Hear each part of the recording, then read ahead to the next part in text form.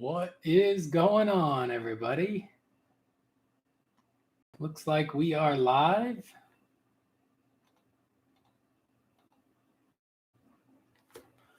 Looks like everything's backwards, but I think we're just going to have to go ahead and deal with it. So if you are joining, please let me know you can hear me okay. And all is well. My name is Jeff. I am the creator of the Ghost Tiny Kickstarter, which is going right now. So if you haven't checked it out, please go check out the Kickstarter. And we'll just painting some stuff, having a good time, chatting, and hopefully some people will join in. We'll have a good time. So I have no real plan on what I'm going to work on. I'm just going to put some paint on a bunch of different things. I got some Blood Bowl guys, some eels, this giant I need to work on, a bunch of cool stuff. Maybe we'll get to it tonight, but this axe, I'm going to try to make it like a magic ice axe.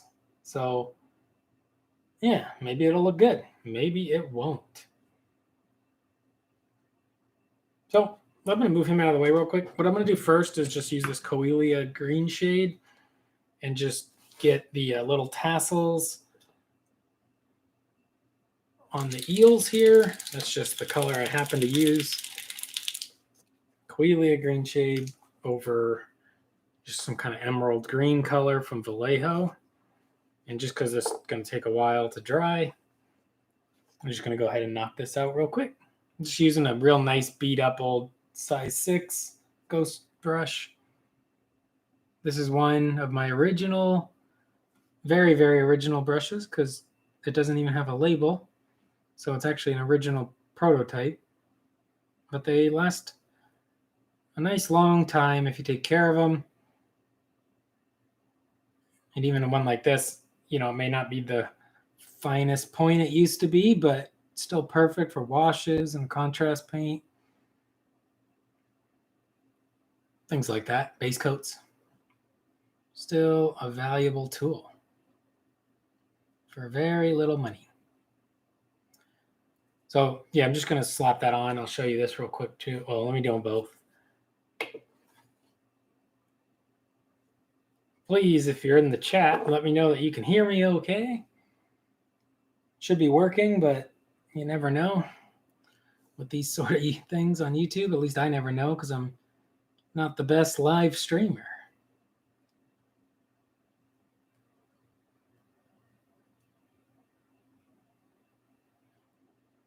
All right, so we're just going to put this on and let this dry. We'll set these aside. I need to put some wash on their like fins, which we might do in a minute after these dry, and possibly maybe work on the saddles.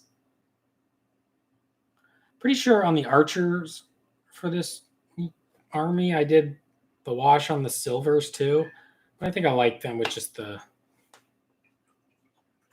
maybe just the regular silver. Maybe I'll use like a black wash or something on it. So what we got here is, this is in the Kickstarter. This is the Necro paint pot holder, painted up by me. Yours will be just resin when you get it. I have a video painting this, but that's just so your GW style washes don't knock over. So that's pretty cool. And we'll move these that way. I'll just show you real quick. I just did a real simple kind of half-ass magnetizing. I just glued a magnet to the bottom of each eel. It's not, you can tell it's fairly flush. It's, I didn't drill it in or nothing. And then I actually flattened a magnet into this pile of cork. And now they are magnetized to a pile of cork instead of on those super fragile, bendy flying stands that GW uses nowadays. So let's get him out here. I think I'm going to use Frostbite by P3. This will, it holds the P3, but it's not super secure, I guess. But it's still usable. I'm gonna actually dry brush just a touch here. So just get a piece of cardboard. So this is the new size 0 Ghost dry brush, just unlocked today on the Kickstarter campaign. So very excited to show you this here. This is just a new small dry brush, just like the super popular Ghost dry brushes, but the small version. So just going to bring a little bit of highlight to some of this kind of fur area before I start washing and doing all the ropes and stuff.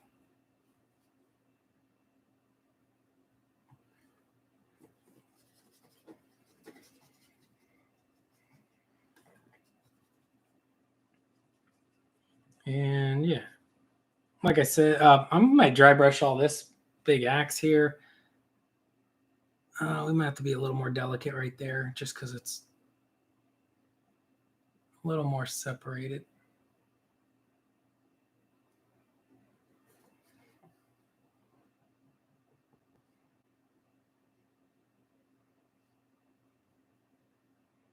Just trying to bring a little bit of highlight onto these furs. My Sons of Bahamut army, all third-party models, painted to a pretty good standard, but I'm not going crazy. I'm not trying to spend all my time working on these giants for a game I don't really get a chance to play very often. Haven't actually played Sigmar in quite a while. New Slaanesh is on pre-order, but I'm not picking up any. I'll probably watch some of the reviews though this weekend.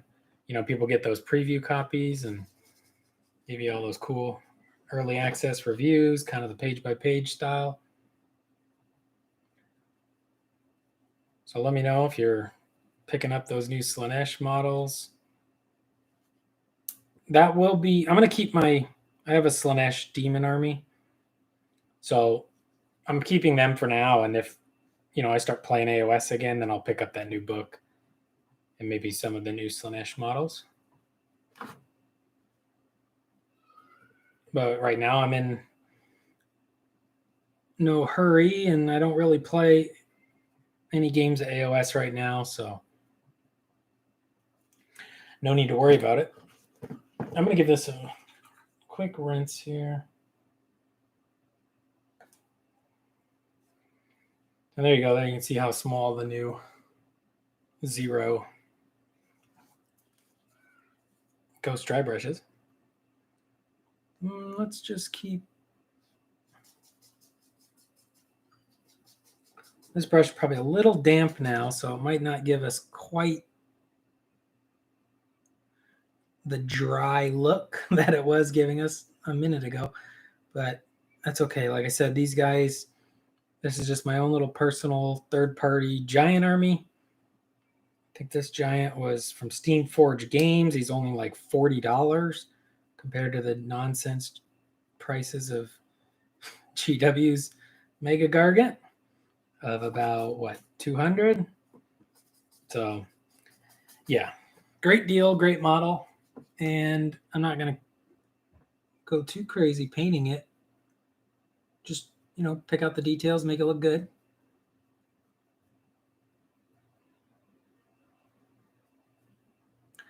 So hopefully we get some people jumping in on the chat, because that's going to make this much more interesting as far as for my experience streaming here, because I don't have anything necessarily planned. I just wanted to give the opportunity to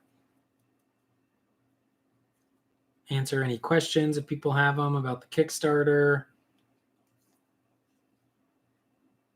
or anybody who's just painting at home on a Friday night wants to hang out, chat it up.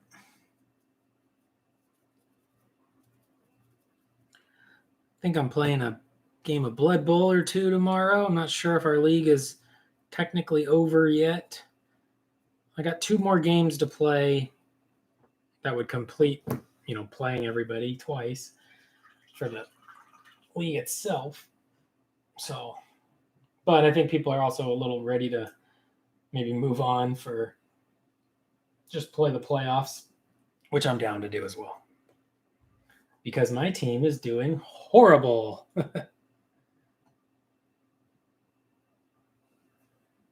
Hey, what's up, Augusto? Let me know real quick if you can hear me okay in the chat. I assume you can because you typed in. I'm going to go grab a tape measure for you.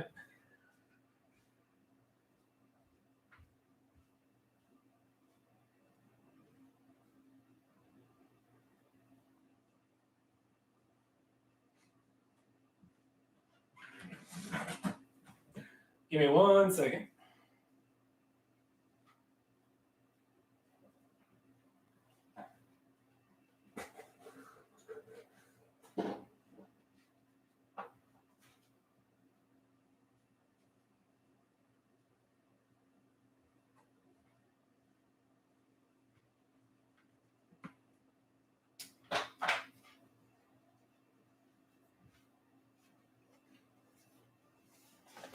Awesome. So, oh, I should have closed this.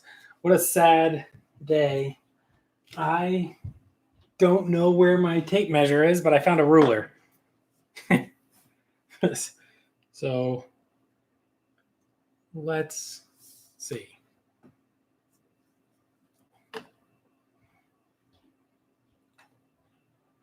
So he is about 6.5, say 6.5 inches. And I actually built him up a bit. I got a nice base for him here. So he comes with kind of a sculpted base. You can kind of see the lip of it there. And I glued it on to the appropriate MDF size here for the Mega Gargant. So when he's in here,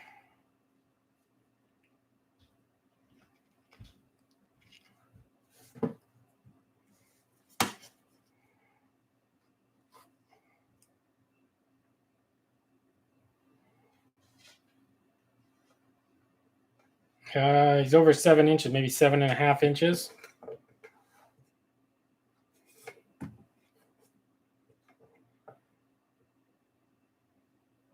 Maybe 7, a little over 7, I think, on the base. So he's about the correct size. He might be a little smaller. I don't know. GW's models, they're giant. They're pretty thick. Like they have that kind of heroic scaling. This guy's a little more true anatomically scaled, I guess. So he might look a little thinner next to one, but I don't actually have the GW one to show you. I can show you him next to the... So here's... They're too big for the camera. But here's the Kraken Eater. He's the Mantic Shadow Hulk giant. And instead of painting him like a demon, I tried to kind of paint him like a shark or a killer whale or something. So, this guy's base will get all icy like his. But yeah, you can see they're big. Super cool. And a great price. I'll show you the box here too, if you want to look for him. He actually comes with it's pretty hard to, I got the camera set up for painting here, but this is what the box looks like. Epic Encounters, Caverns of the Frost Giant, D&D 5e Encounter. This box is too big for, but yeah, it comes with some tokens, some trap tokens, a little game mat, adventure book, monster stats. So a bunch of little things for a D&D encounter. So if you're playing Dungeons and Dragons, he's definitely a good pickup as well. I'm probably just going to give that box with the Dungeons and Dragons portion away to a buddy. I think we need to dry brush his hair now. I think we want to do it some kind of yellow blonde. Let's see what we can come up with.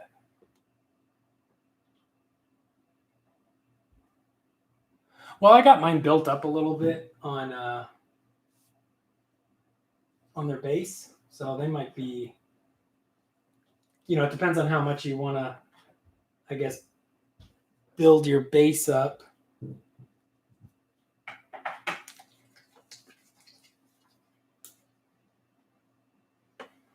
All right, let's try this, I guess. This is called Green Ochre from Vallejo Model Color. I don't know if that's quite yellow enough, but whatever. We're going to go for it. I'm just going to use the size 1 ghost dry brush here. Don't know if this is quite going to work. Doesn't look right to me. I think I might try it anyway, but questioning if this is going to be the correct color here. Start on the tips just because if I don't like it, I could highlight that part up anyway. I think it's okay.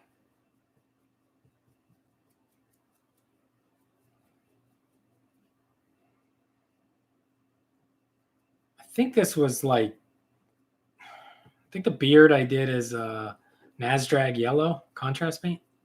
I don't even remember if I used like a flesh wash or brown wash on the beard or not. It's one of the problems when you just kind of put a little bit of paint on a model here and there. You don't fully remember what you did. So you just kind of guess and go with it when you want to keep working on it. But the beautiful thing about the Sons of Behemoth Gargant army is you can really make all your Gargants super individual. So it's not like painting a Space Marine army where you are maybe going to stress about making sure you have the exact right shade of blue or red for every model. Because you only got a couple models here. It's like a 9 model army. Cool. Yeah, I like that there. And I might go ahead and go Iraqi sand.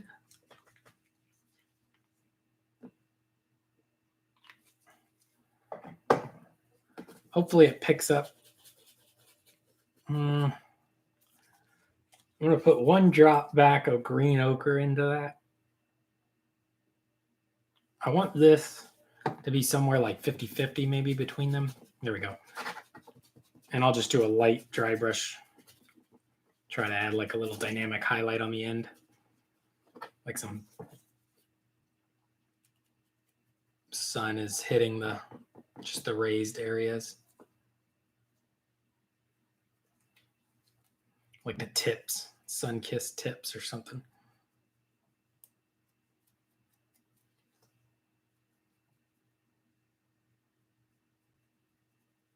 Cool. A little bit of dry brush there, not bad. I think that's maybe all the dry brushing we need right now, unless we want to work on this big axe. You guys want to try this thing out? See what we can do? Let's try it. All right, we'll go with the axe. I'm going to get out the size 2 dry brush. It's bigger.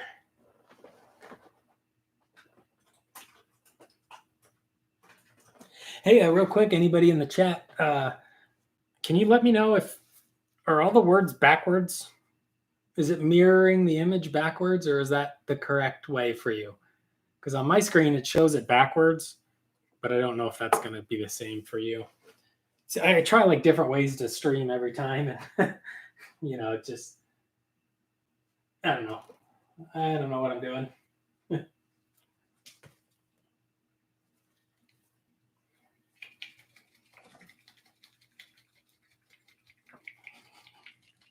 All right, we're going to try Temple Guard Blue.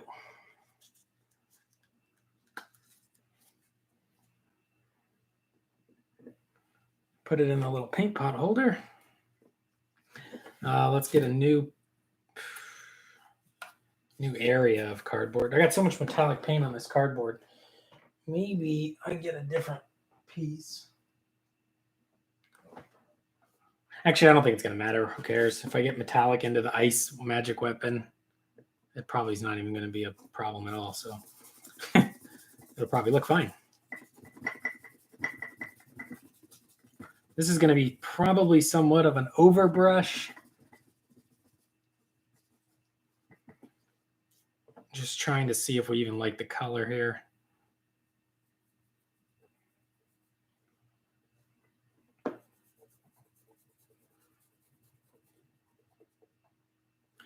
And we're just going to try to scrub it in.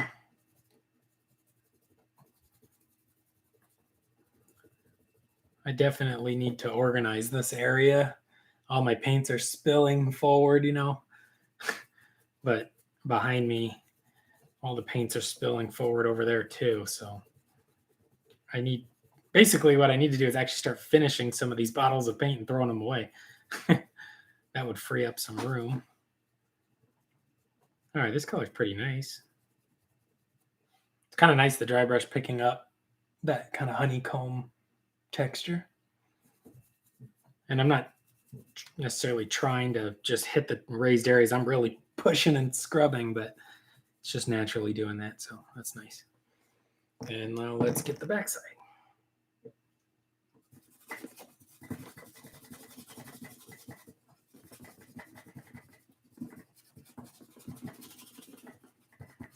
One problem with using these pieces of cardboard is I can tell this one's a little old and it's accumulated some dust. So that's not ideal, but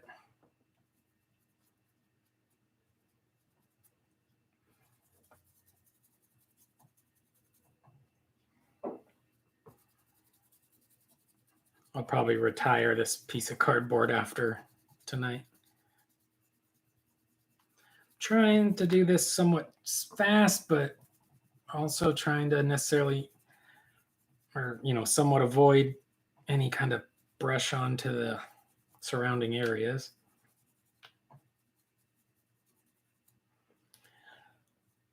All right, that's Frost Axey, I think. Does that look like a Frost Axe coming along to you guys? I think it's pretty good. I think we can go like maybe one more color lighter and then really hit maybe just the kind of icicle edge, even make it the lightest.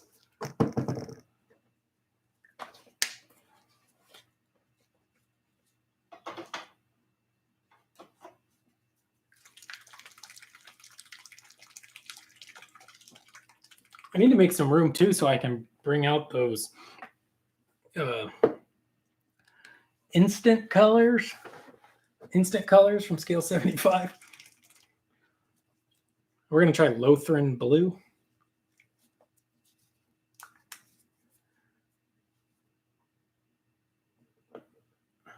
This is an air paint, so generally not the best. Oh, it's not even that much lighter.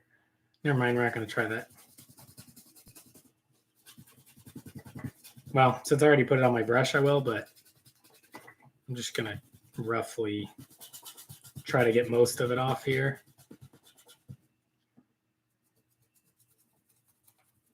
And we'll just put it on a little bit here. I guess it's going to add a little bit of blue variation in our weapon here.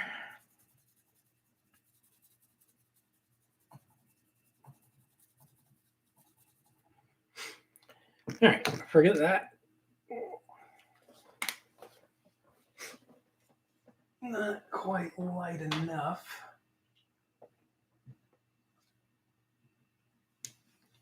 Looks like I think this color is going to be the big winner. Verdigris. Game color. Vallejo. It's going to mix in with whatever paint we have on our cardboard here, which I'm going to do intentionally to try and make somewhat of a blended color to transition, I guess.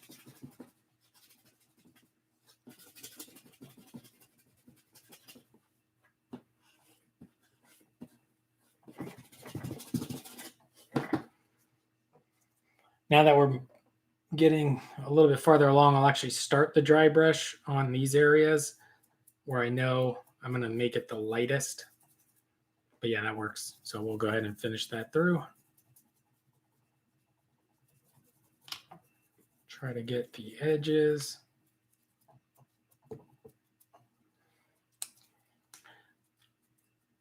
Trying to get the tops there.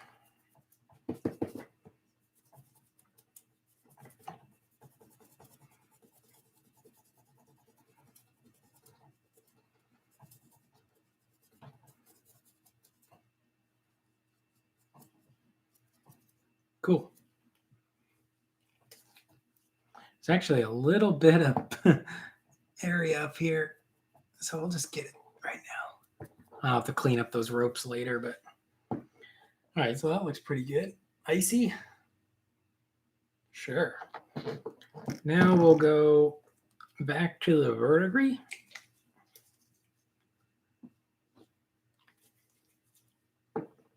But a little more on the pure side. So you can see there's quite a bit of a difference here of the pure versus the mixed.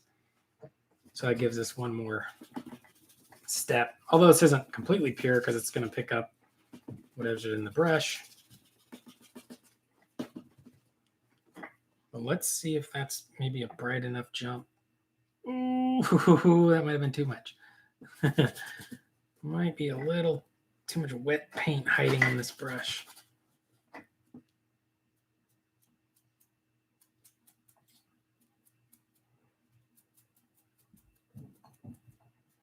See if we can't hit just the main kind of icicle edge.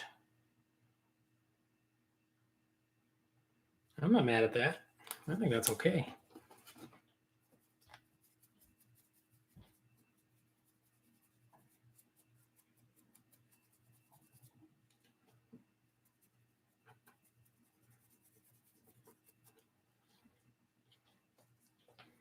And I guess if we still got a little, let's just try and hit almost edge highlight, but with the dry brush.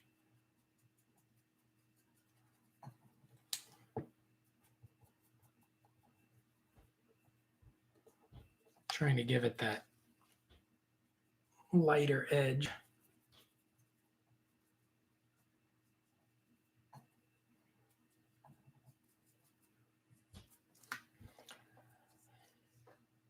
All right. Yeah, I mean, I don't know. It's maybe not the best frost axe you ever seen in the world, but I think it's okay. Oh, thank you so much, Lionheart. Lee, I appreciate that. I'm going to probably bust out those new brushes here in a bit. I'm just putting some kind of rough dry brush and washes down on a few things here. And then we'll probably have a few little details to pick out with some of the new Ghost Tiny range. They're really good for, you know, those finishing touches, but these models aren't really at that stage where I need to be super precise. Even like painting all these little ropes, I almost prefer doing it with a brush loaded up with paint just so I can kind of coat it in one pass, kind of one thick coat approach, just so I don't have to paint all those ropes twice because this model is covered in little ropes wrapped around them.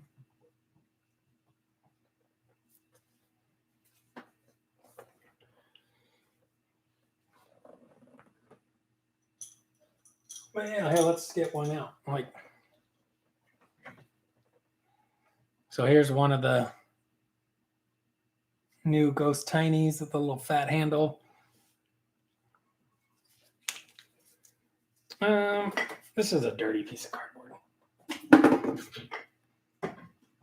Switch over to the wet palette here.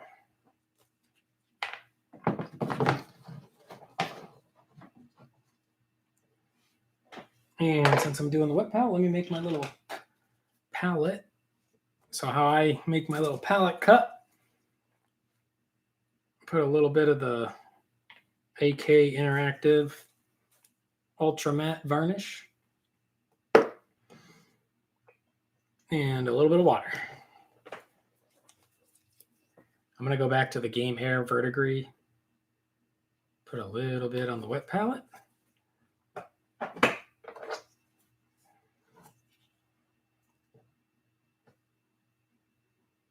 And with the new Ghost Tiny, kind of more of a liner, will reinforce that kind of sharp edge.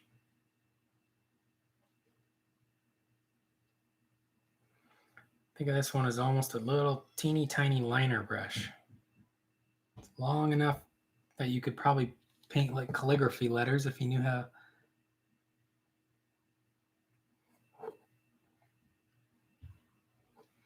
That's not something I'm familiar with doing, but if you've seen like somebody paint calligraphy, they usually use a long brush, generally called a liner. But for us, this is really nice as a sharp, tiny edge highlighting brush.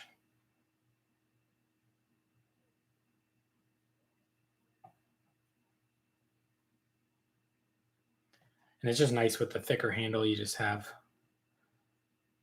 a nice grip on it.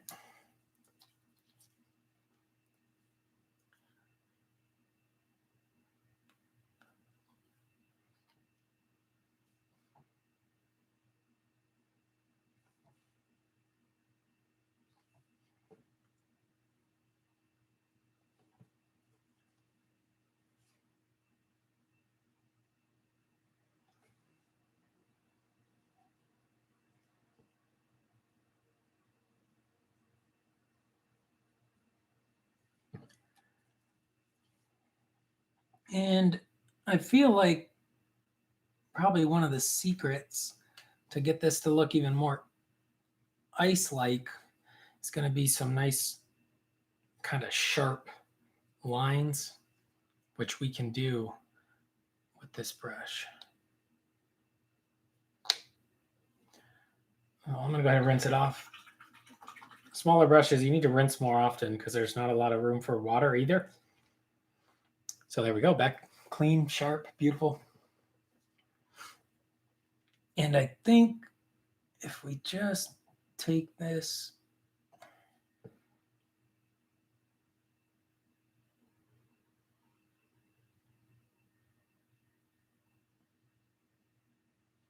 maybe just pick out a few of the kind of sharpest little points or details.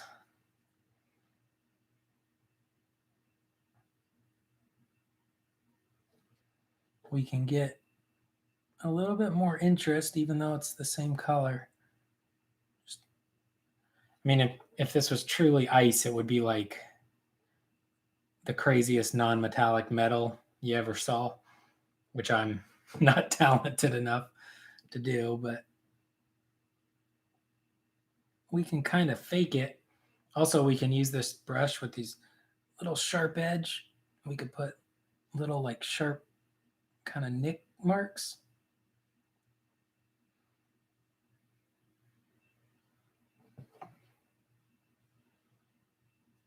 And those will hopefully give it a little bit of that kind of reflection look that maybe the ice was kind of chipping on those spots where it was hitting against something.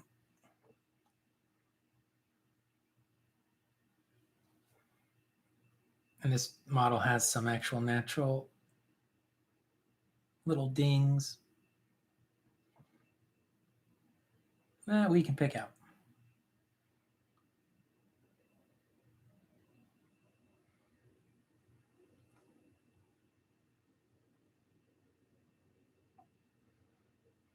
Could probably even go up to like pure white. And let's just go ahead and hit the other side here.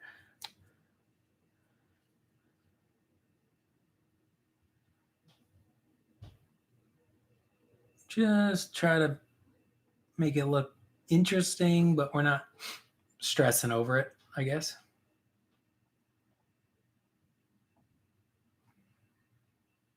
That's kind of my painting style for the Sons of Bahamut army. It's been, let's try to make it interesting, but let's try and get it done.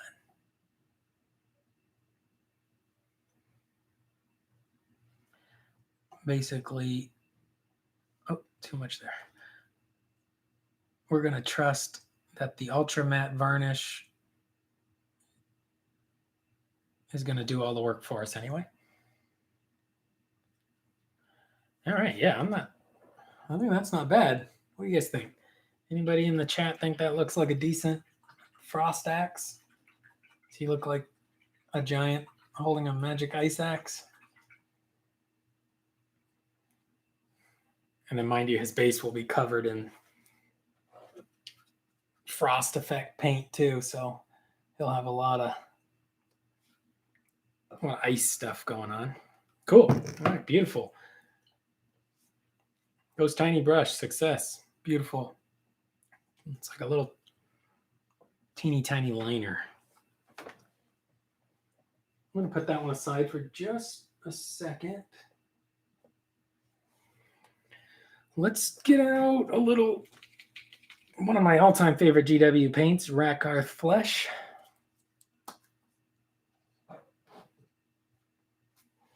And we'll go back to my beat up size 6 here.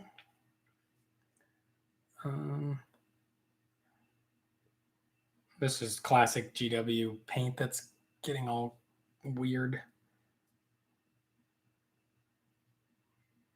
You know, I'm going to actually go up here with that. Can you see that? Yeah.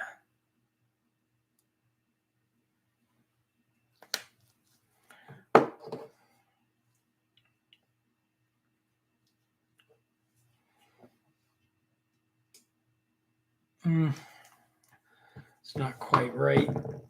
Let's take a little bit of this green ochre.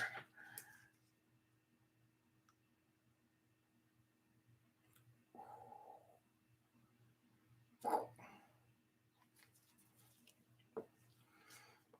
little bit of that green ochre. We're going to mix it in with our Rakarth Flesh.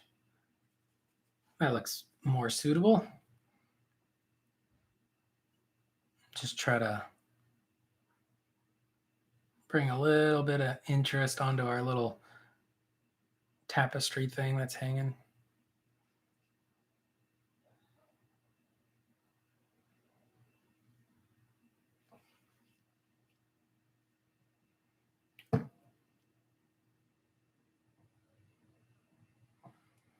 Nothing too crazy, just quick little highlight on there. That's fine. Maybe we'll get the edge there. I'm not even going to bother with.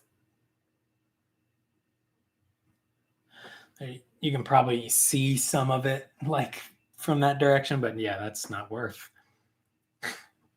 doing anything on. Cool. Little highlight there.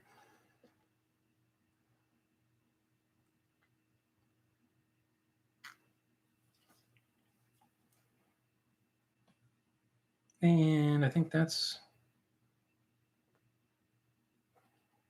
good there. I don't remember. I think this was some kind of wood brown contrast paint. Oh, thanks. Yeah, I think it has kind of a, I mean, the sculpting of it looks icy, so I think it's looks pretty good as like a magic weapon, maybe. Obviously, I got to pick out the little metal brackets. And I got to clean up a little bit of where I over dry brushed. And somehow I got some blue there.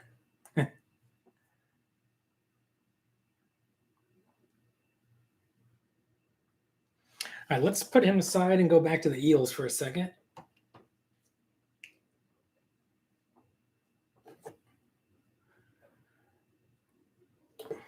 Just while I'm thinking about it, I'm going to go with the Caribou Crimson.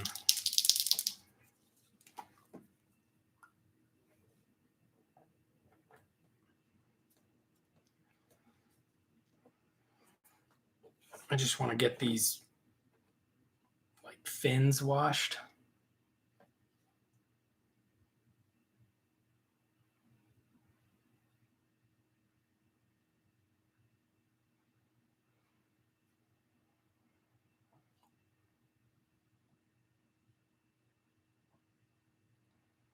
just to try and... These things have been sitting on my desk like half, basically painted to this standard for months. And I've just have not had the desire to build the riders and get these things done. Till recently, I've just been barely putting that little bit of effort into them. So I'm going to keep doing that. Just put a little bit of effort into them until they're done. And then never paint them again. Probably. I might actually have another box of eels. I got them for Warcry, but I'll probably just sell them just as a painted unit of Age of Sigmar eels.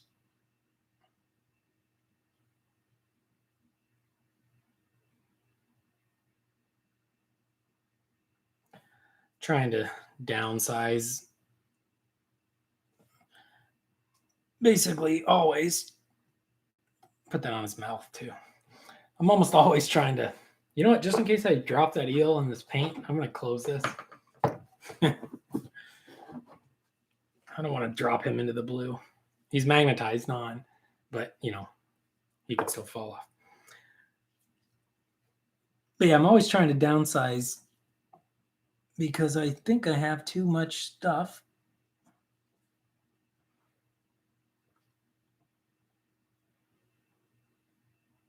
And I don't think there's any value in me having so much. Like, part of me honestly thinks I'd maybe be a little more productive or happier if I was kind of, you know, painted all the models I had and only bought new ones when I wanted to sit down, build them, and paint them. But I have so many, trying to basically sell stuff and get my armies downsized. So, you know, it's probably something a lot of hobbyists go through. Let me know if you ever feel that way about your hobby stuff. Sometimes I get the feeling of it kind of stressing me out as like a load of unfinished work, as opposed to like a super enjoyable, fun hobby, which of course it is. But, you know, like these eels been on my desk for months. And when you have something like that sitting on your desk for months, honestly, I feel like it almost prevents me from painting other stuff a bit, because I'll think like, oh, I should paint, or I want to paint. Oh, I should work on those eels. I don't want to work on those eels. Yeah, I'm going to watch a movie instead. You know?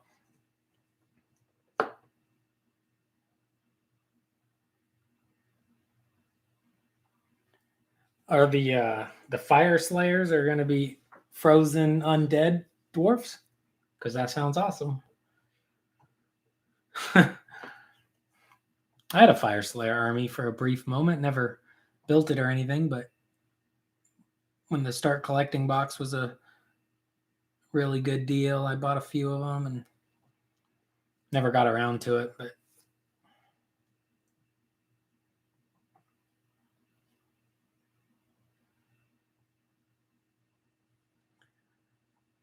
I have some videos where I talk about it, but yeah, sometimes it really dawns on me that I'll occasionally have the habit of trying to buy happiness.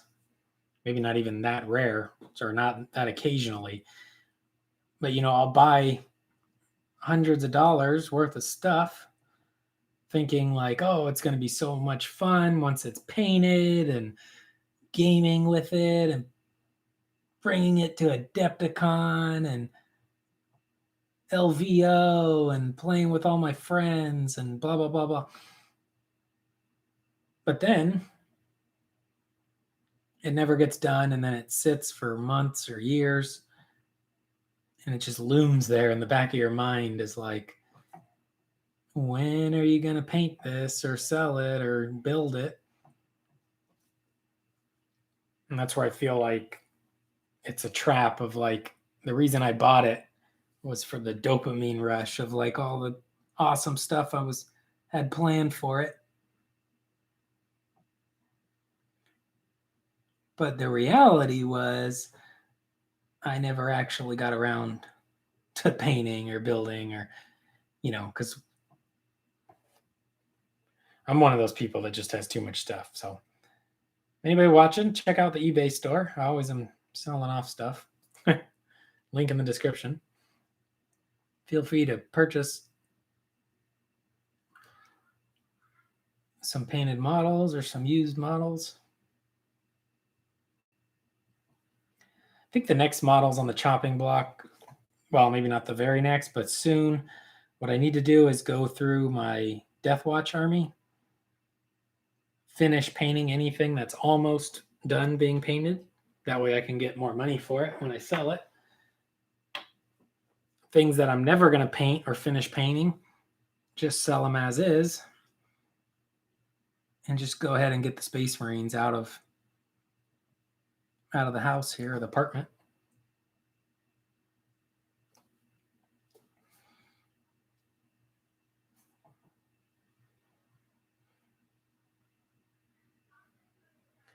My current plan is 40K. I will have, so 40K, I'm going to do, I got to add mech. I got a few more units, quite a few more units to paint, but I have about 3,000 plus points painted already. So I'm going to keep the ad mech for 40K.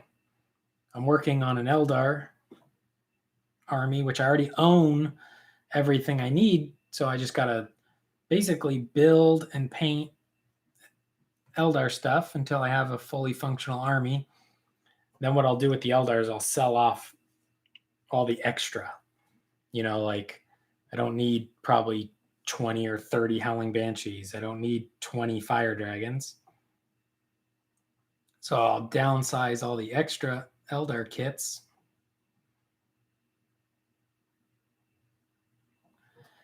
And then for Age of Sigmar, I have my third-party Sons of Bahamut army, which, they're just like Reaper Bones giants and Mantic giants and stuff. So, maybe one day they get sold, or part of them get sold, or whatever. They were only like mostly $15 a piece. And then I'll keep the Slanesh demons just in case me and my friends ever start playing a lot of Age of Sigmar again. I'm definitely waiting for like AOS 3 to see if I like it better.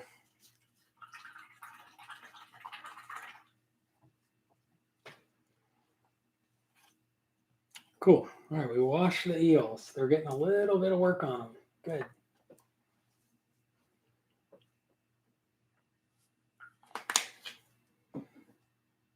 I got this guy primed up. He's a master engineer. I've been having so much fun with this yellow that I did on Kingpin.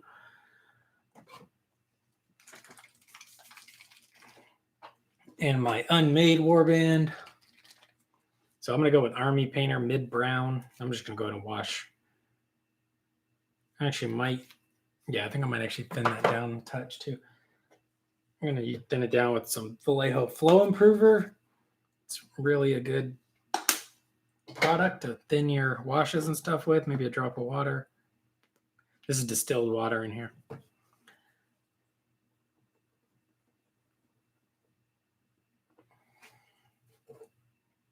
I'm going to thin that down a little more, I think. Maybe that was too much now. We'll find out. It's hard to tell because the backside of this topper has some brown paint on it. But yeah, I've been having so much fun painting this with this sulfur oxide yellow from Army Painter. I love the way this yellow is coming out, that I just want to paint everybody yellow now. So I'm just going to wash the parts that I think are going to stay yellow. This guy was going to be my Vindicare assassin. He probably still will. So if the he was going to be the Vindicaire assassin for a Sisters of Battle army. That I'll probably never do. But I still love this guy, so I want to paint him up, and he'll just be the Vindicaire assassin in the AdMech army if the rules for assassins are cool. And there would be reason to want a Vindicaire assassin in the army. But with, the real slow rollout of 9th edition, who knows when we'll find out about all that extra stuff. Because I have no interest in using 8th edition stuff in 9th edition, so I'm not playing until I get my new codex. So either Eldar or AdMech get a codex, and then I'll start trying out some 9th edition games. All right, let's get him out of the way. He's going to dry. I'll just throw away this little topper. All right, what do we want to go to next? I got this guy. He's also been partially finished for quite a while. And it would be in my best interest to finish him at some point, just to get him off my desk. He probably actually has dust on him, but he's a cool model. I was trying to do kind of like an albino white bull. I think it looks okay, but it wasn't quite looking the way I was hoping, and I think that made me lose a little bit of motivation on it.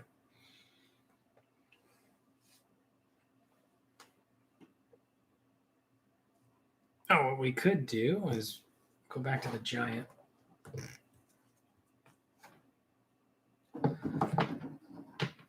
Start.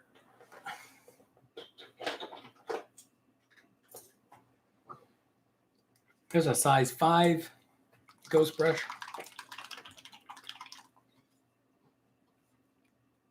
Deathclaw Brown. I'm going to put it over here on the wet palette.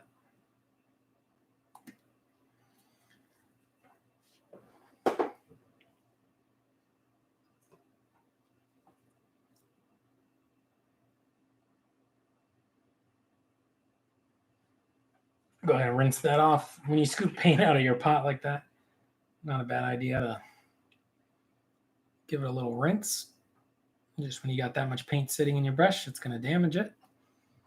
And we'll just start picking out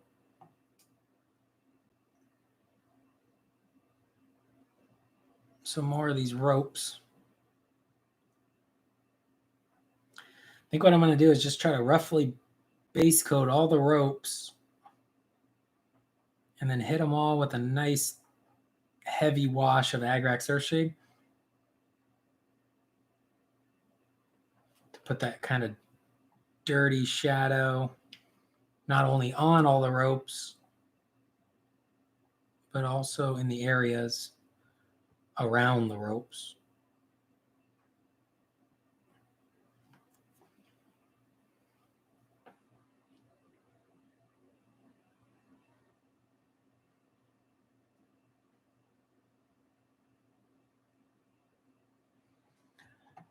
Hey, anybody in the chat, have you guys watched the animated Spawn series on HBO?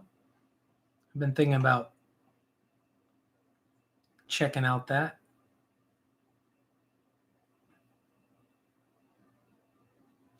It's kind of weird when the Kickstarter projects are going, like the Ghost Tiny Kickstarter is going right now.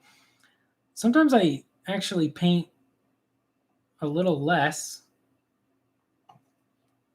some days just because I've spent so much time on the internet replying to comments and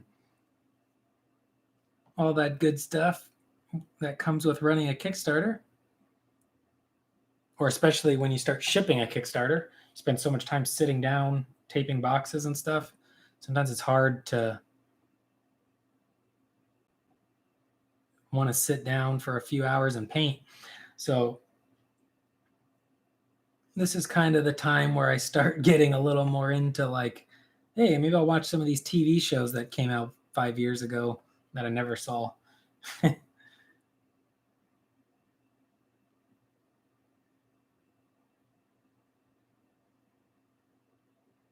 Or watching a few more movies than I normally would.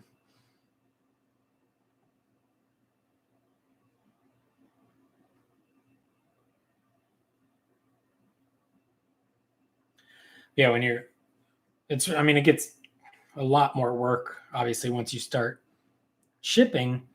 And that's when you spend so much time sitting down, taping boxes and printing shipping labels and everything that, I start, well, I go on longer walks, or, you got to get outside and move your legs. And then you come back and do more. And then by the end of the night, when you would normally get some painting time in, you feel like, yeah, I'll just lay down and watch a movie, which I'm not saying is a bad thing, but it's also one of the reasons why I think people that play video games don't generally get much painting done, in my opinion. Is because you spend so much time sitting and focusing on the video game that it's hard to spend more time sitting and focusing on painting right afterwards.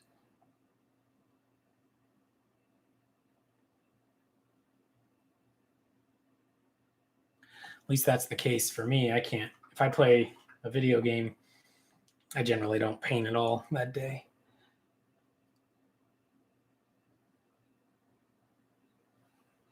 Oh, you're going to start the show too. Awesome. Maybe I'll start it then here in a couple days, and we can talk about it in the live chat here. Yeah, I have it on my watch list. And I actually picked up the trade paperback of like the first 10 issues of Spawn. Like, I guess from the 90s. So I'll probably read some Spawn at some point.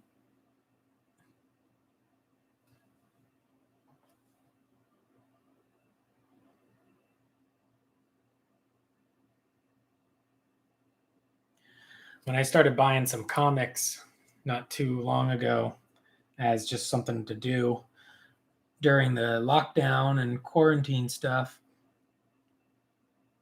I started reading a little bit of Spawn, starting at like, I don't know what it was, like issue 800 or something crazy. And I was buying them every month, but it was so far. I mean, obviously this character's been out for a long time. There's like 800 issues. I couldn't get into it, I guess. He had so many powers. He was so strong. So I decided, okay, I'm not going to buy any more of these. And I went back and just picked up the trade paperback of like the very first 10 issues. And I'll just start from the beginning. I don't plan on reading every issue of Spawn, but if I finish that trade and it's awesome, then I'll pick up the next one and go from there.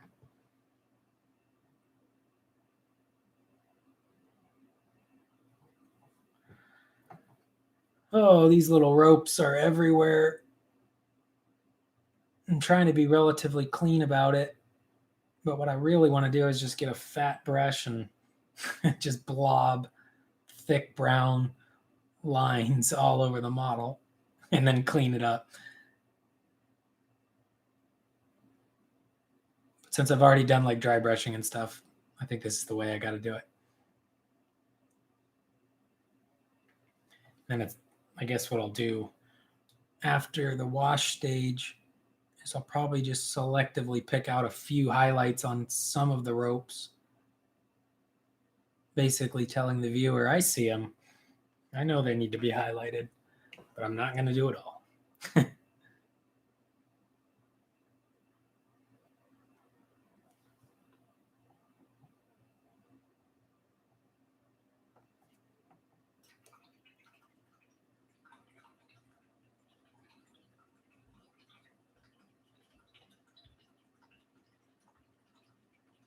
Yeah, actually, once I realized I was going to be delayed a month or two, that's when I started offering friends money to come help.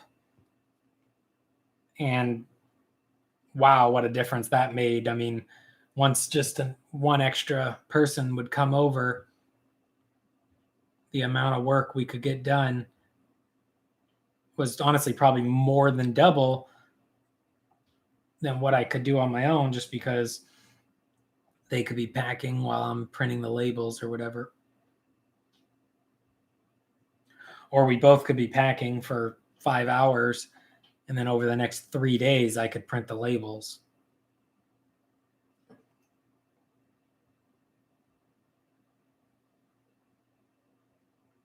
So knowing that now, I'm definitely day one, basically. It's, hey, anybody want to make some extra money? Come help. Pack some boxes.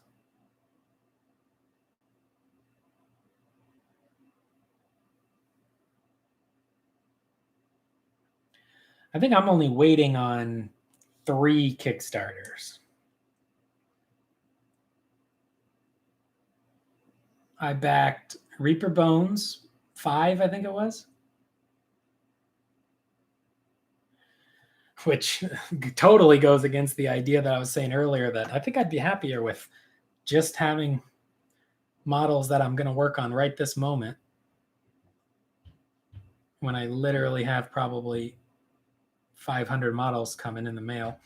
I got Reaper Bones Kickstarter. I got the TT Combat Desert Halfling Army. I think I just bought like some of the monsters and some of the Halfling units.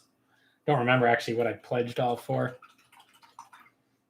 And I went all in on the new Massive Darkness. Believe Cool Mini or not.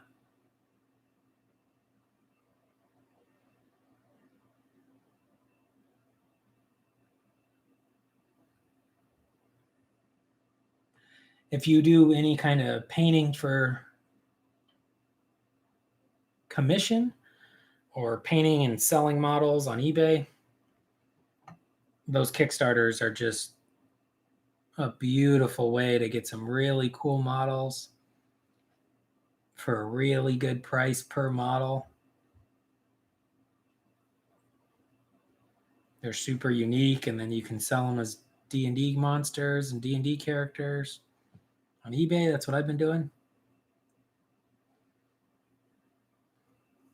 Or you can convert them or use them in your own army if you have, something fits well with what you're working on.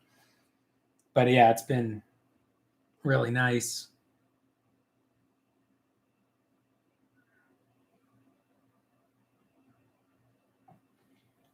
I mean, I think the last TT Combat Kickstarter I did, which was like a Halfling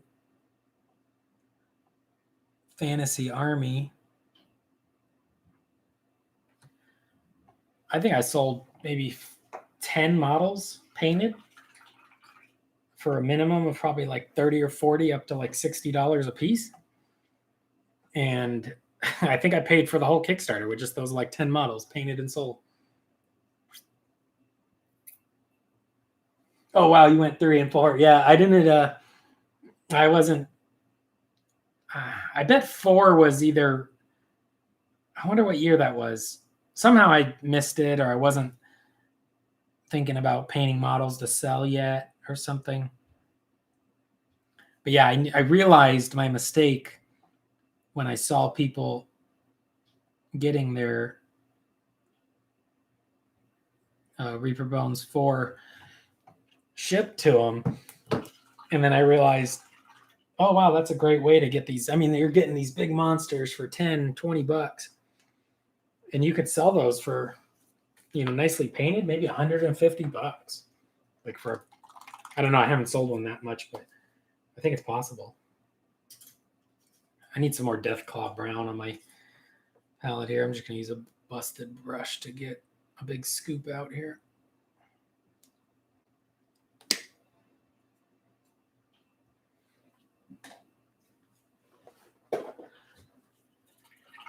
Yeah, on the Reaper Bones, I went like heavy into the monsters and dragons and giants.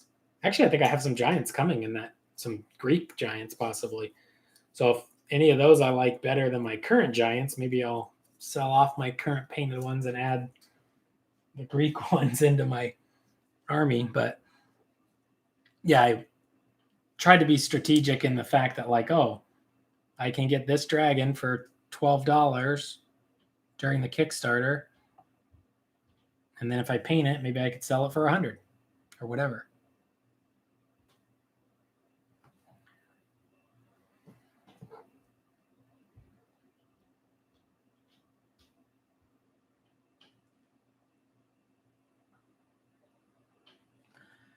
That being said, like when I was saying I sold and painted and sold enough models from the TT Combat Halfling Fantasy Army to pay for my whole Kickstarter, basically after that, I didn't paint. I haven't really painted or sold any more. So I have just, bags of resin halflings that need to be painted,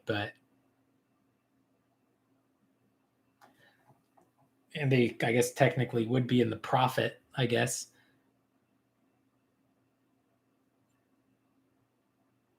It's like, oh, I got my money back. I don't have to paint them anymore. Although, I mean, I like halflings. I think they're super cool.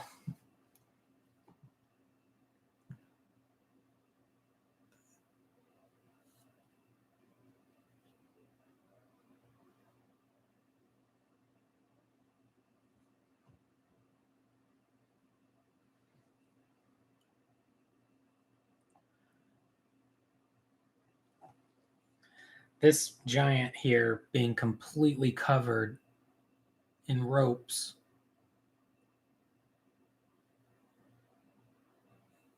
is kind of that thing I hate about Games Workshop models sometimes, is where they just load on so much nonsense, so many trinkets and stuff. That's what this guy feels like. Like I'm just not sure everything needs to be tied up with a rope.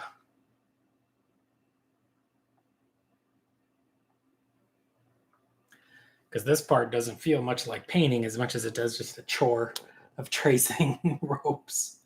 Oh, Sammy 3D, what's going on? How's it going?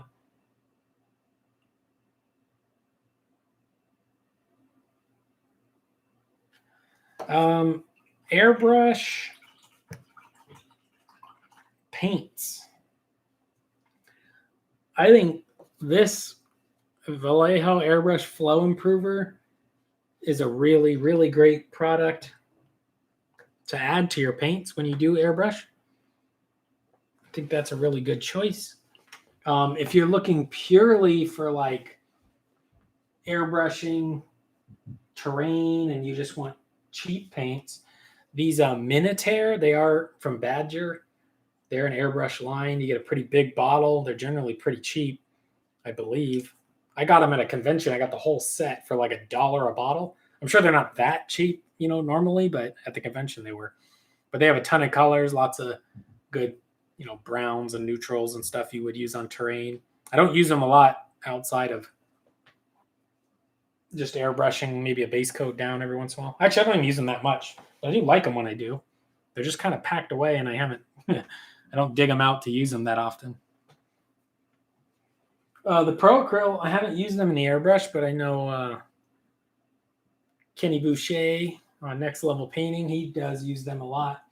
And honestly, if I lost all my paints, there's probably about 10 or 20 maybe GW paints I'd rebuy, but I think I would probably go with this brand because they're a good price, get a lot of paint, 22 mil. They come with the rattle ball. They come with a kind of cool dropper style. I think I would probably just go in on this brand, but I only have a few of them because I have so many paints right now. But I got about 5 or so. Oh, maybe more because I got the ink line.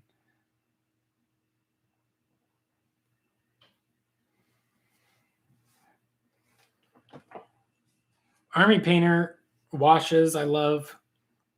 I do airbrush the yellow for this yellow. I like that sulfide. And all I did was use Army Painter, sulfide ochre with Vallejo Flow Improver.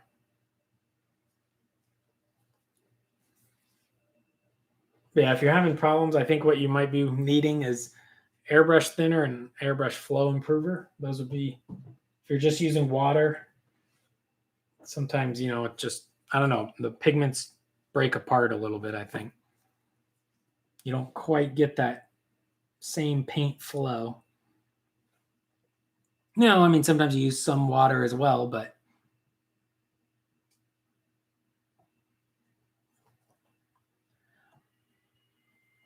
also,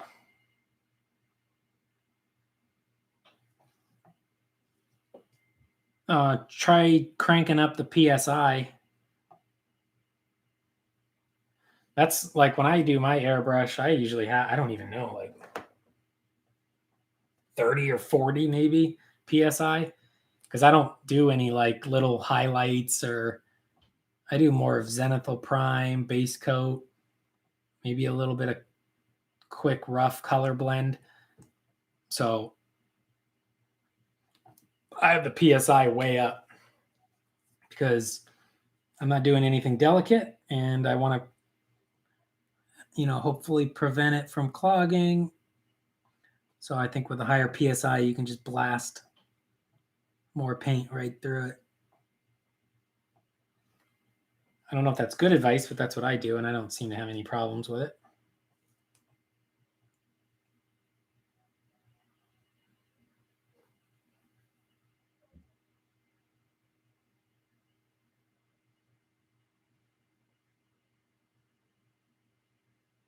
I think I might make a video. I think I've done it before in the past, actually, but sometimes it's, if you make a new one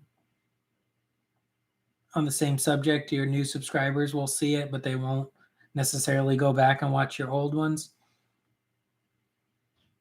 But yeah, I was thinking of making like a, top 10 GW paints I would, plan on buying forever. Or maybe like the top 25 paints that maybe I could, if I had to shrink down all my collection to just 25 colors, which 25 would I pick, or, something like that. Could be a fun idea for like a video.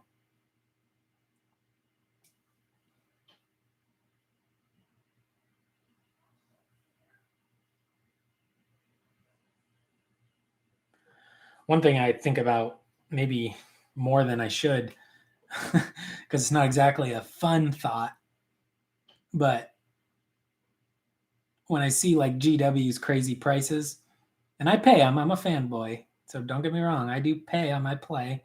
I like the games, but I am trying to, less impulse buy and focus on just, a few things. But I always think like, if I lost everything and had to start over, from, I don't know, like a house fire or whatever theoretical thing, or let's just say you got, everything was sold and you had absolutely no miniatures, which ones would you buy? I think that's kind of a fun topic to think about. Yeah, exactly. If you're stranded on an island with 15 paints,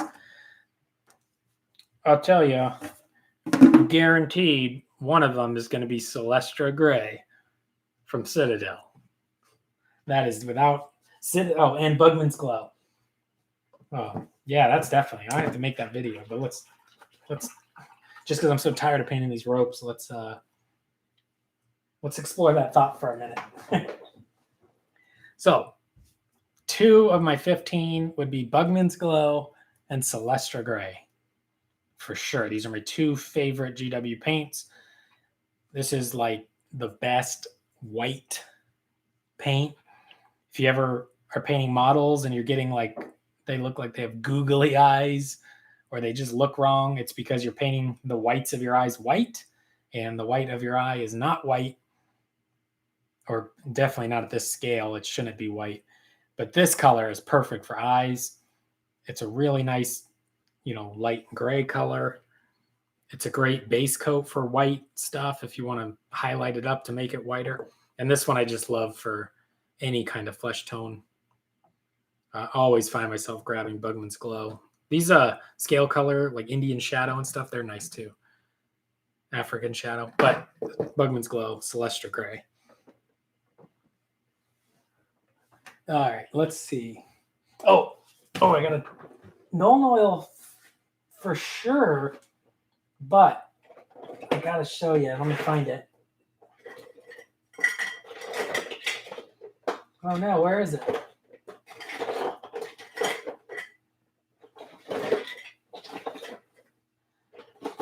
Oh boy.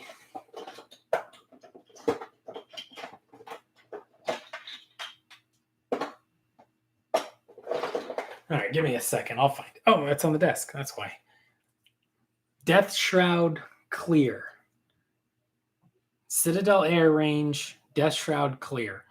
It's like a gloss Nuln Oil dark tone. Somewhere it's not as doesn't stain the surface like Nuln Oil. So maybe it's more like a dark tone. It's very clear, but it darkens recesses. This is an incredible paint. And I have, like all their others, like the clear line, the Cal Blue Clear, the Angron Red Clear. These ones I would never buy again, ever. I don't have really any use for them. They stain so much. But this one is like literally painting shadows. It's like you put shadow on your brush and you can just put shadows wherever you want. So if you've never tried Death Shroud Clear, pick it up. It is so good. If we're going GW only, I think I still then would go probably Nuln Oil, but I don't know. I like this one a lot. If I had to choose, I think I'd choose Death Shroud Clear. Now, I definitely would take Agrax Earthshade, though. I would take Nazdrag Yellow Contrast Paint. I think that thing is incredible.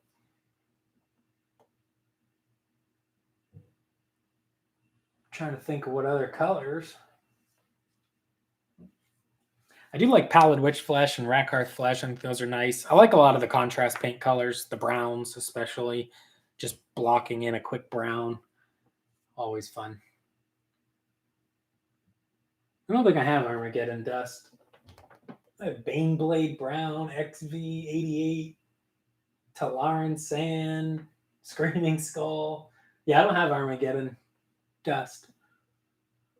Oh, Rhinox Hide's a really nice one too. I haven't used it in a long time actually for some reason, but I think Rhinox Hide's a really nice dark brown with almost like a purple tone. If you're still in the chat there, Lionheart, let's hear some of your 15 paints you're bringing to the desert island. Anybody else? Actually, there's 5 people in the chat. Hit the thumbs up and tell me which paints you're bringing to the desert island.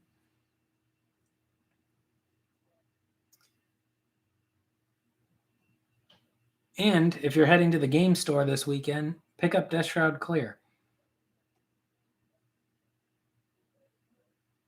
Now, that being said, Death Shroud Clear is like a miracle paint, but you have to be varnishing your models because it's such a glossy finish and weird. It's going to put those shadows in, but everything's going to be glossy and weird. So then you're going to hit it with the Ultra Matte AK varnish. And once you even out that matte coat, oh my God, it's so beautiful. I think I could do, well, nobody would want to watch them, but I could do 100 videos talking about Death Shroud Clear. It'd just be the same video 100 times because, there's only so much you can say about it, but it's really a really nice paint. But if you've tried it or you're not going to like it if you're not like matte coating your models. But if you are matte coating your models, I think you're going to love it.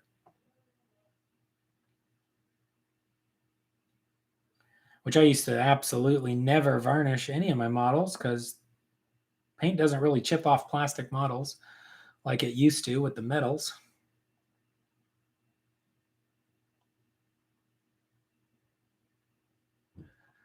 So like my AdMech, I don't have any varnish on them, but especially when I'm painting something for eBay to sell, definitely hit it with the Ultra Matte.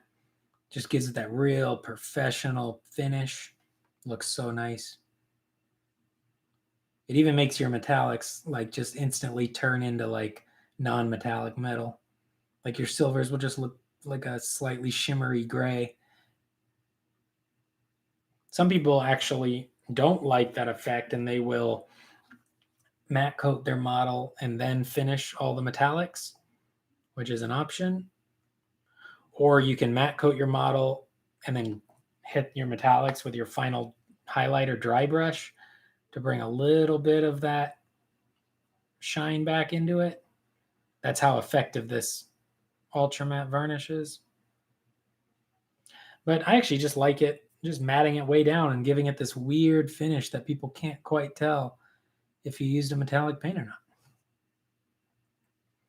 It's a cool look.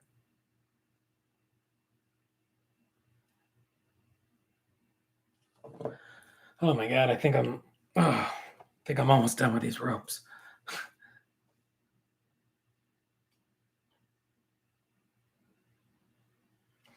Let's see, we got Pro Acryl White Gold. I haven't tried that one yet. Army Painter Shadow Wash.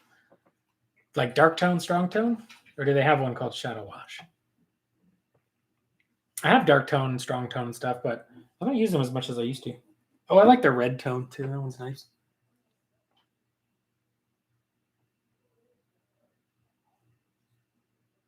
Oh, thank you. Yeah, I've been fiddling around with this giant for a little bit.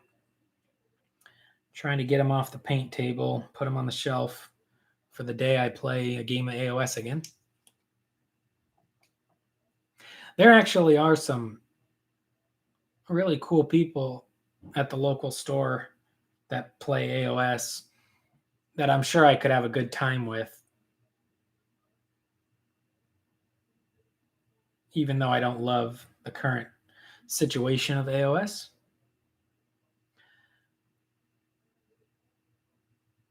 Like, I think the game's very bad if you think about it in a competitive way, but if you're just literally playing a game, having a good time with some friends, then it's probably fine. I just haven't played it in a while.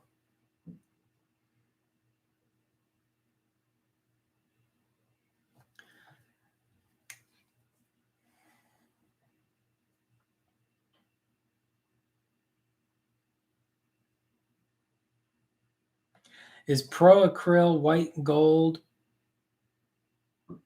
like a highlight color you're using for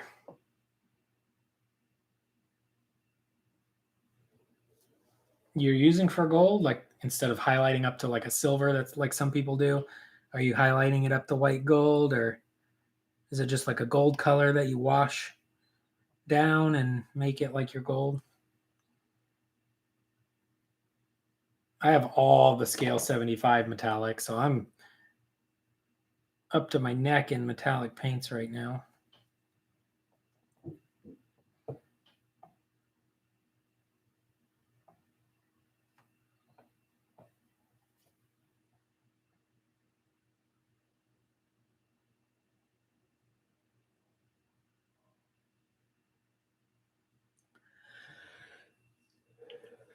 Oop. Held my breath too long there. You ever do that when you're trying not to mess up? You hold your breath and you realize, oh, I don't think I've had a breath in a minute. Yeah, the local store just that I hang out at, obviously not necessarily nowadays with COVID restrictions, but they just started carrying the Pro Acryl paint, so I picked up a few. The only ones I had before were the ink set that I got from LVO.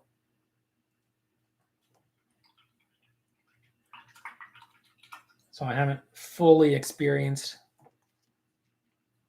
all their paints yet, but I got so many paints right now. I need to start basically finishing up bottles, which, you know, it takes a lot.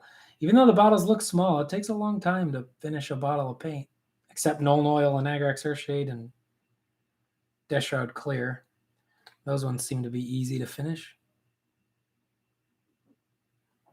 Skeleton Horde Contrast, Blood for the Blood God. Vallejo Liquid Copper. Is the Liquid Copper the alcohol-based one?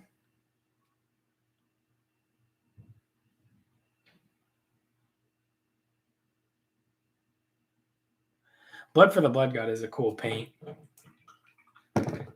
Also, this one, Tamiya Clear Red, is a really good kind of blood effect or lens effect paint. I think I need more of this Deathclaw Brown.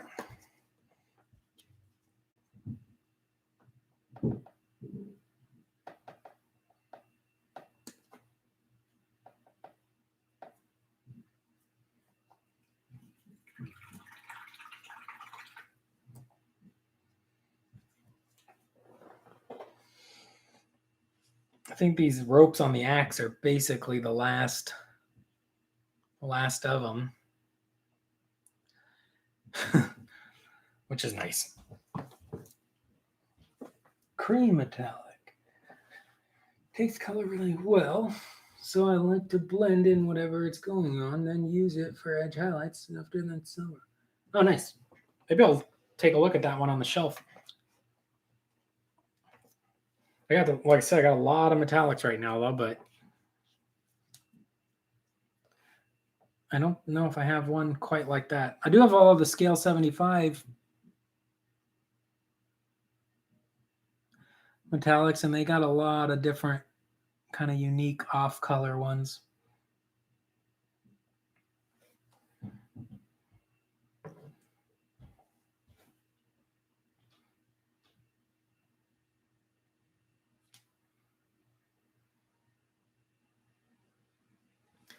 Not like the axe was anything more than just a bit of dry brushing, but now I feel like I got to be a little more careful around it because I don't want to have to go back.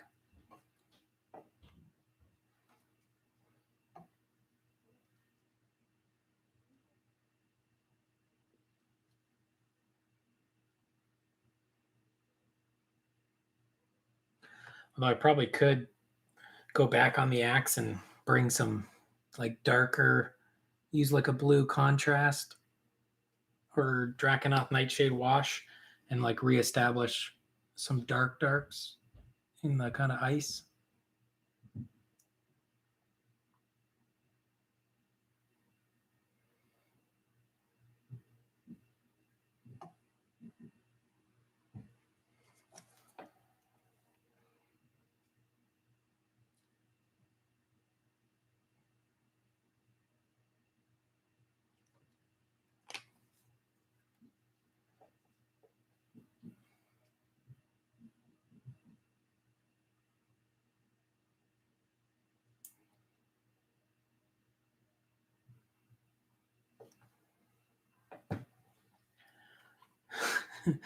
Oh man, so many ropes.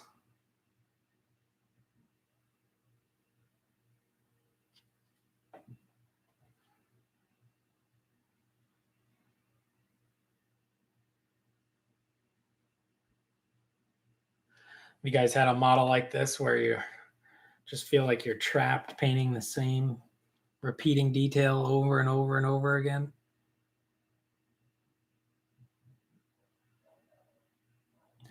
Like I'm literally going to do the bare minimum on these ropes.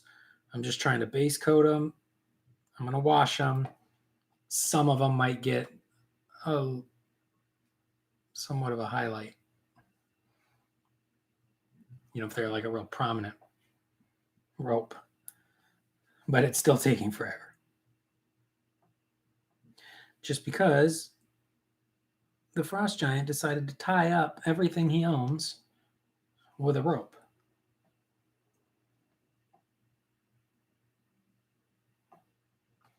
And it feels very tedious.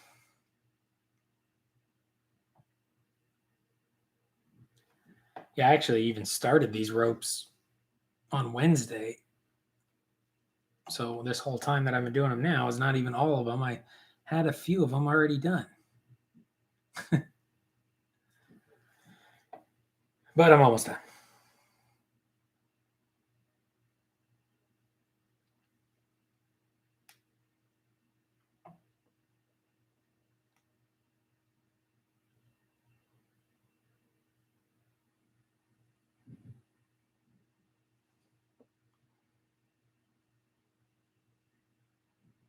I don't think it's necessarily helping either that the brown I'm using is an GW Air color, so it's not as opaque. But it's just a brown I randomly picked up on Wednesday and decided to go with it.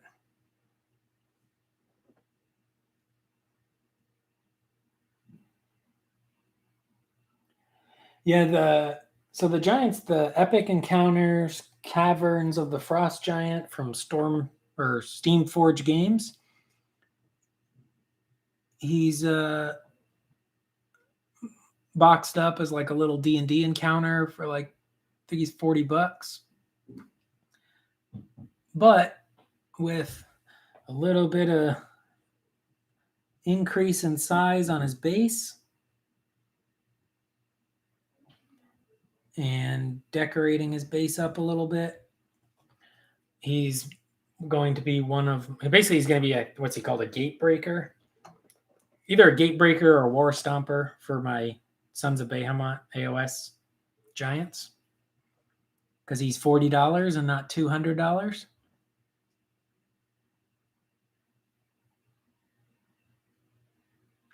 And I figured because he's got the craziest giant weapon,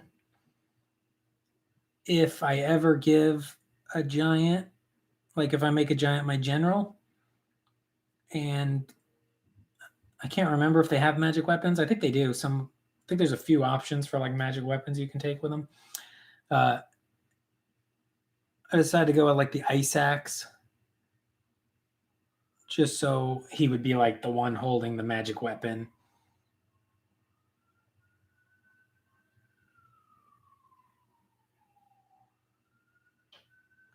There's like a realm artifact you can give him, like every 6 to hit is 2 hits, or maybe every 6 to wound is 2 wounds, something like that.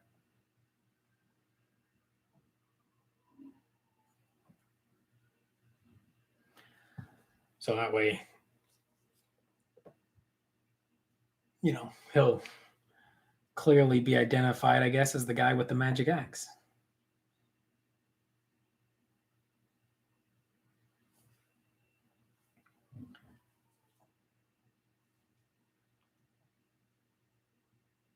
I thank you on noticing on the temperatures.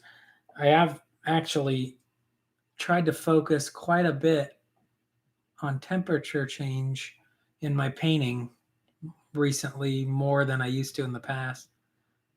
More focus on temperature, value, saturation.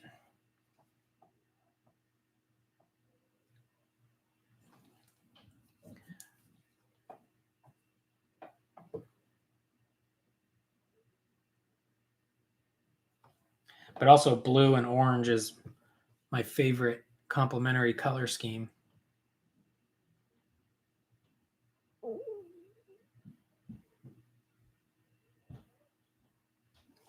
If you look up, I guess you can go to like Google Images and you can look up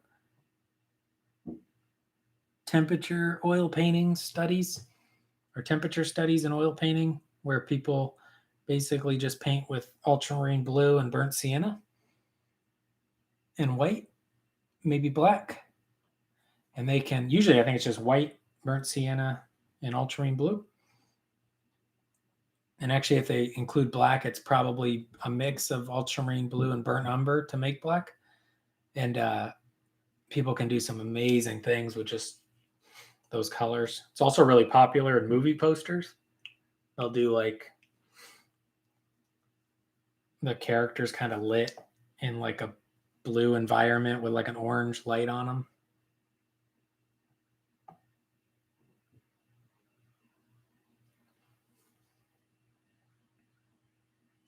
But I think the reason it works so well is because basically browns are like dark oranges. So you can get a lot of variation in your painting if you're using all those different browns and blues. Plus the sky being blue and the dirt being brown, you can do a lot of landscape stuff. You know, not like it's all blue and brown, but you get my point. All right, there is. I'm going to put a little bit of this Frostbite blue out. Oh, I'll switch over to a Ghost Tiny Brush for this. There's a few little pieces of fur that, let's see which one. Oh, let's go with this one. Little teeny tiny one here. A few little pieces of fur here on his forearm that got, let's see if you can see this little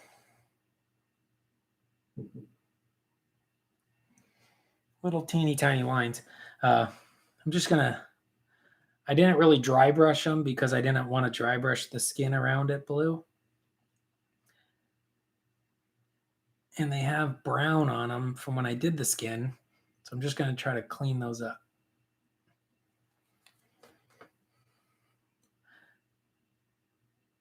This is totally extra, just unnecessary extra.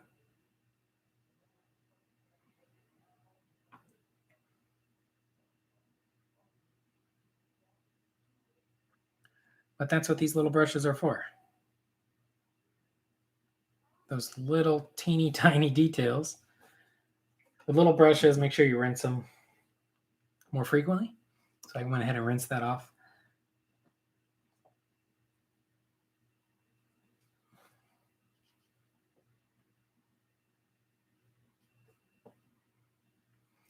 Yeah, basically I'm just looking for anywhere where the skin tone really got heavy onto the fur.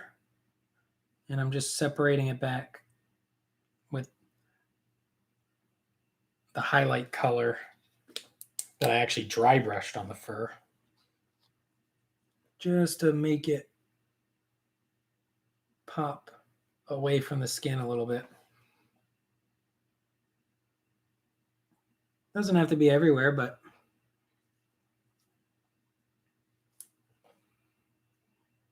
the more you do it, the better it'll look.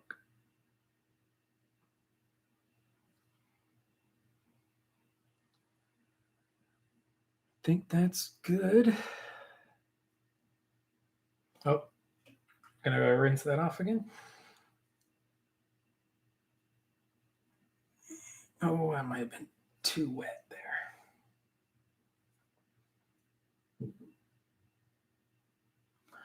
Just go ahead and check down here by the feet.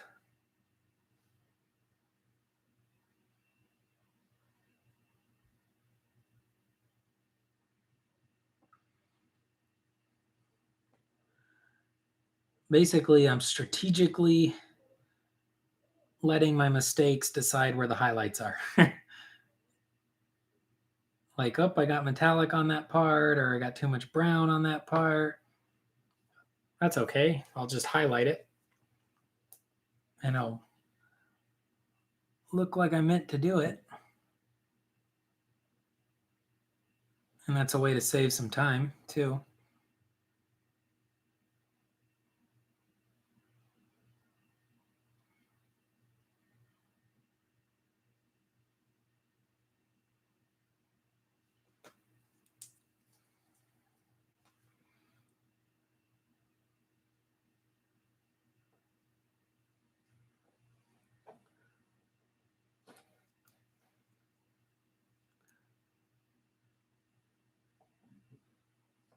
All right. Oh, one more little spot here.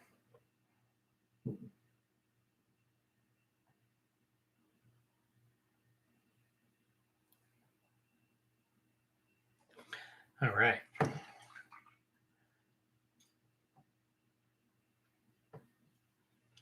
I think I missed a spot. Let me get these.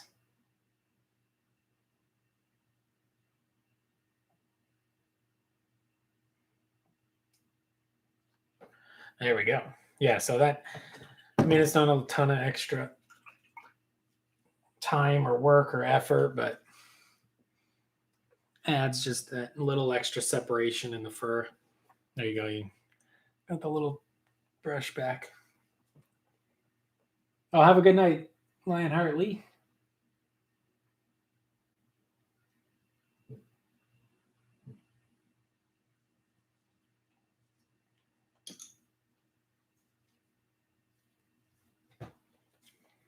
Yeah, I don't know, Sammy, if you saw the, this is the Giant's base.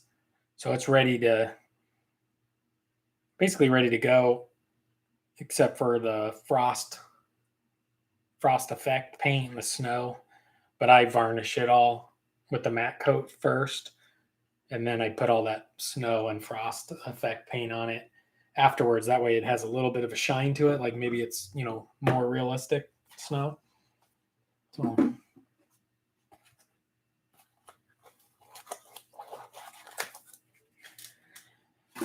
all right, let's close this up for a bit.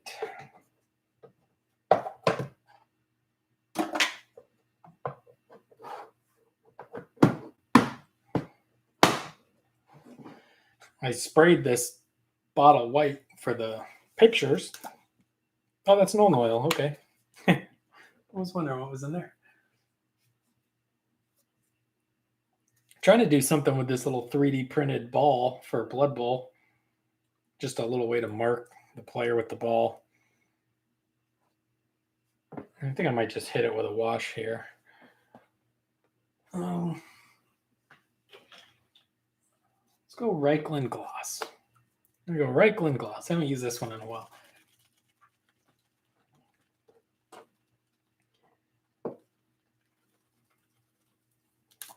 Put it in the Necro paint pot holder. This thing really does look cool. Like, just it looks cool on the desk. I really like when I look at the screen here. I do like it quite a bit. I'm going to use just this big, cheap, soft brush just so I can basically absorb a ton of that paint and smear it all over this in one swoop. If I was doing this with the ghost brush, I would have used the size 6, but beating up these old soft brushes is not always a bad idea. They're good for this sort of task. There we go. Absolutely nothing special about that, but let's get it out of the way.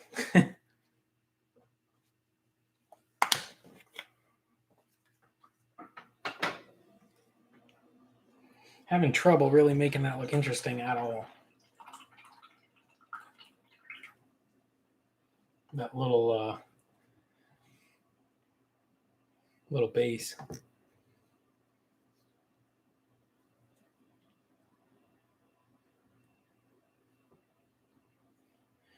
All right, I don't know if I'm going to do it right now, but I got to still got to paint the little metal brackets on the axe, both sides. Then I got to wash all the ropes.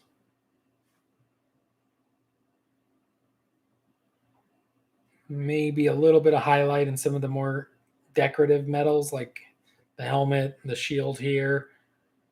Probably won't mess around too much with all of them, but I got to clean up some of this metal around here with the blue of the axe and the brown. But, I mean, he's almost done.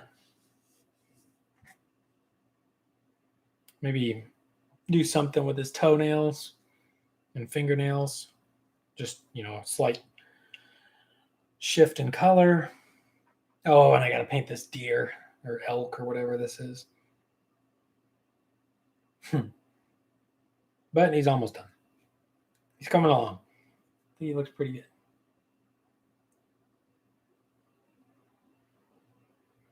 I think he has a cool unifying kind of paint scheme. He's got a lot of blue, but they're different blues. He's got these kind of earthy brown yellow colors and flesh tone colors, but they're different.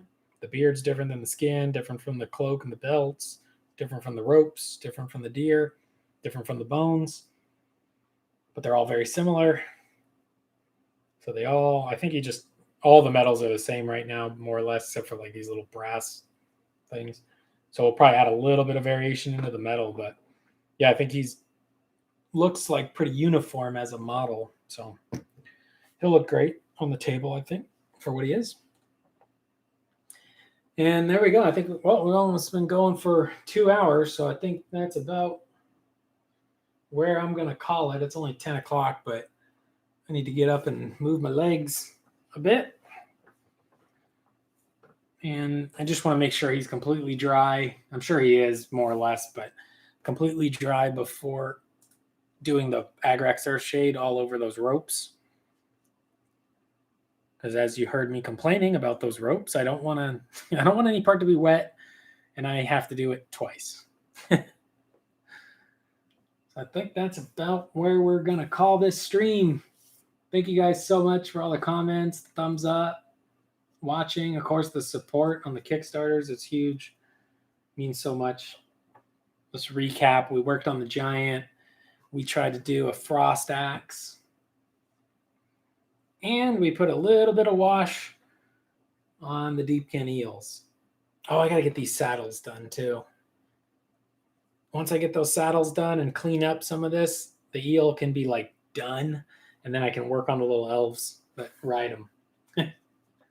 That's what I need to do. Might do that later though. All right, I think I got to check the Kickstarter and reply to comments and messages for about, I don't know, however long it takes, depending on how many I got. So thank you guys so much. I'm going to try and do, I know these aren't the most exciting thing in the world, but it's fun to hang out and chit chat and paint with people. Definitely fun for me to get a chance to chat with all the subscribers and backers and stuff.